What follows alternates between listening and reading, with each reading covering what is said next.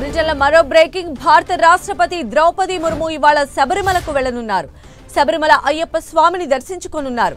పహల్గాం ఉగ్రదాడి, ఆపరేషన్ సింధూర్ తర్వాత తొలిసారిగా ద్రౌపది ముర్ము శబరిమల పర్యటనకు వెళుతున్నారు.